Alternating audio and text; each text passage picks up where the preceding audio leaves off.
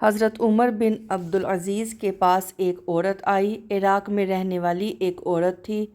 اس عورت کا خاوند فوت ہو گیا تھا تو 5 بچیاں یتیم تھیں۔ وہ عراق سے چلیں اور جناب عمر بن عبدالعزیز کے پاس آئیں کہ آپ میری بچیوں کا وظیفہ لگوا دیں۔ وہ کہتی ہے جب میں پہنچی نا تو میں نے لوگوں سے پوچھا گھر کہاں ہے، تو کہا کہ وہ جہاں بوری لٹک رہی ہے، ٹاٹ کا پردہ لگا ہوا ہے، وہ عمر بن عبدالعزیز کا گھر ہے۔ کہتی ہے میں نے دروازے پر دستک دی۔ ایک عورت نے دروازہ کھولا تو مجھے بی بی جان کہہ کر اندر بلایا، تو ان کے گھر کے اندر جب میں داخل ہوئی تو بڑا سا صحن تھا۔ ایک جانب کنواں لگا ہوا تھا، ایک طرف ایک بڑا درخت تھا اور ایک چھوٹی سی بنائی ہوئی تھی جگہ برتن دھونے کے لیے، اور بی بی برتنوں کو مٹی لگا کر صابن لگا کر بیٹھی ہوئی تھی، کام کر رہی تھی۔ وہ عورت مجھے اس نے درخت کے نیچے بٹھایا، پانی پلایا۔ کیسے آئی ہو؟ میں نے کہا امیر المومنین سے ملنا ہے۔ کہنے لگی بیٹھو، تھوڑی دیر میں آ جاتے ہیں۔ کہتی ہے میں سمجھی گھر کی کوئی ملازمہ ہے، میں بیٹھ گئی۔ تھوڑی دیر گزری، پھر دستک ہوئی۔ اس بی بی نے اٹھ کر دروازہ کھولا تو جب وہ شخص اندر آئے تو کہنے لگی بڑی دیر سے برتنوں کو صابن لگا کر بیٹھی ہوں، کہاں رہ گئے تھے؟ وہ صاحب کہنے لگے بس ذرا مصروف ہو گیا تھا۔ وہ دوڑے گئے، کنویں سے پانی نکالا، بی بی کو دیا، اس نے برتن دھوئے۔ کہتی ہے پھر تھوڑا سا سرکہ اور رات کی روٹی وہ لائی، اس شخص نے کھائی۔ میں نے کہا یہ دونوں گھر کے ملازم ہیں، میاں بیوی کام کرتے ہیں۔ جب وہ کھانا کھا چکے تو وہ عورت میرے پاس آئی اور کہنے لگی اٹھ کر مل لو امیر المومنین سے۔ میں نے کہا کون امیر المومنین؟ تو کہنے لگی کب سے تو آئے ہیں، جس نے کنویں سے پانی نکالا یہی مسلمانوں کا امیر ہے، اور یہ جس نے درخت کے نیچے بیٹھ کر سرکے کے ساتھ روٹی کھائی ہے وہ امیر ہیں۔ بی بی گئی اور کہنے لگی یہ امیر المومنین ہیں؟ کہا ہاں۔ اٹھ کر حاضر ہوئی اور کہنے لگی حضور میں عراق سے آئی ہوں، میرا خاوند فوت ہو گیا ہے، میری 5 بیٹیاں ہیں، کوئی وظیفہ لگا دیں۔ وہ بی بی کہتی ہے میرا دل تھا کہ یتیم بچیوں کا 100 دینار سال کا لگا دیں تو بڑی بات ہے۔ کہتی ہے جب میں ان کے پاس گئی، ان کو بتایا تو عمر بن عبدالعزیز رونے لگ گئے اور مجھ سے معافیاں مانگنے لگے۔ میں نے کہا حضور آپ کیوں معافیاں مانگتے ہیں؟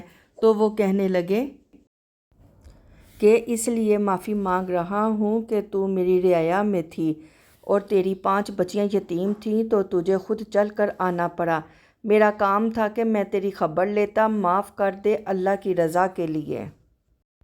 انہوں نے وظیفہ لکھنا شروع کیا تو میری ایک بچی کا 1001 سال کا لکھا۔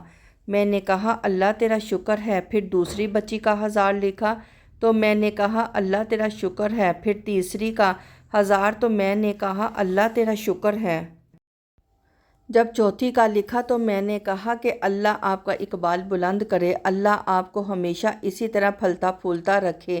کہتے ہیں جناب عمر بن عبدالعزیز نے قلم رکھ دیا اور فرمانے لگے میں 5ویں کا وظیفہ نہیں لکھوں گا۔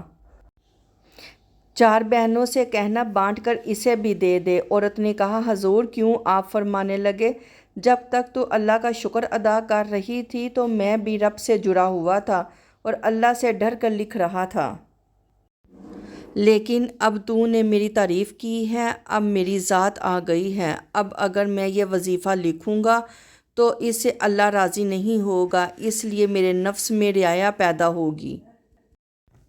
اب میں 5ویں کا نہیں لکھوں گا اور جا کے عراق کے گورنر کو دے۔ بی بی کہتی ہے میں گھوڑے پر بیٹھی اور میں چند دنوں کے بعد عراق پہنچی۔ جب صبح آگے میں نے ولی عراق کو روکا دیا تو وہ چیخ مار کر رویا۔ میں نے کہا کیا ہوا؟ تو کہنے لگا بی بی آج رات عمر بن عبدالعزیز کا انتقال ہو گیا۔ کہتی ہے میں بھی تڑپ کر روئی۔ میں نے کہا میری یتیم بچیوں کا کیا بنے گا؟ تو وہ گورنر کہنے لگا تیرے وظیفے جاری رہیں گے، تجھے ملتے رہیں گے۔ تو کہنے لگی کیسے؟ کہنے لگا میں اگر تو گورنر رہا تو تیرا وظیفہ جاری رہے گا، اور اگر گورنری سے اتر بھی گیا تو میں ذاتی طور پر مالدار ہوں، پھر بھی تیری بچیوں کے ماہانہ پیسے پہنچتے رہیں گے۔ میں نے کہا تو کیوں دے گا؟ وہ رو پڑا، کہنے لگا اگر امیر عمر بن عبدالعزیز جیسے ہو تو اللہ پھر گورنروں کے دل میں رحم ڈال دیتا ہے، پھر میرے جیسے لوگوں کو بھی بدل دیا کرتا ہے۔ حضرت عمر بن عبدالعزیز گھر آئے، 3 بیٹیاں تھیں، ایک کو آواز دی، وہ آئی تو اس نے منہ پر ہاتھ رکھا ہے، دوسری کو آواز دی، اس نے منہ پر ہاتھ رکھا ہے، تیسری کو آواز دی، اس نے بھی منہ پر ہاتھ رکھا ہے۔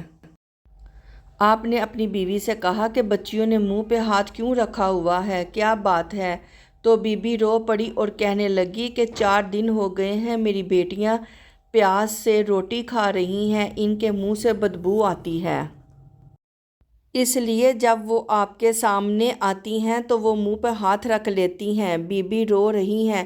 حضرت عمر بن عبدالعزیز جلال میں آ گئے۔ آپ فرمانے لگے تو رو رہی ہے، تو روئی ہے، تو نے میرے گھر میں رہ کر اللہ کی ناشکری کی ہے، تو شکر ادا نہیں کرتی کہ 3 وقت پیاز اور روٹی تجھے 4 دیواری کے اندر مل جاتی ہے۔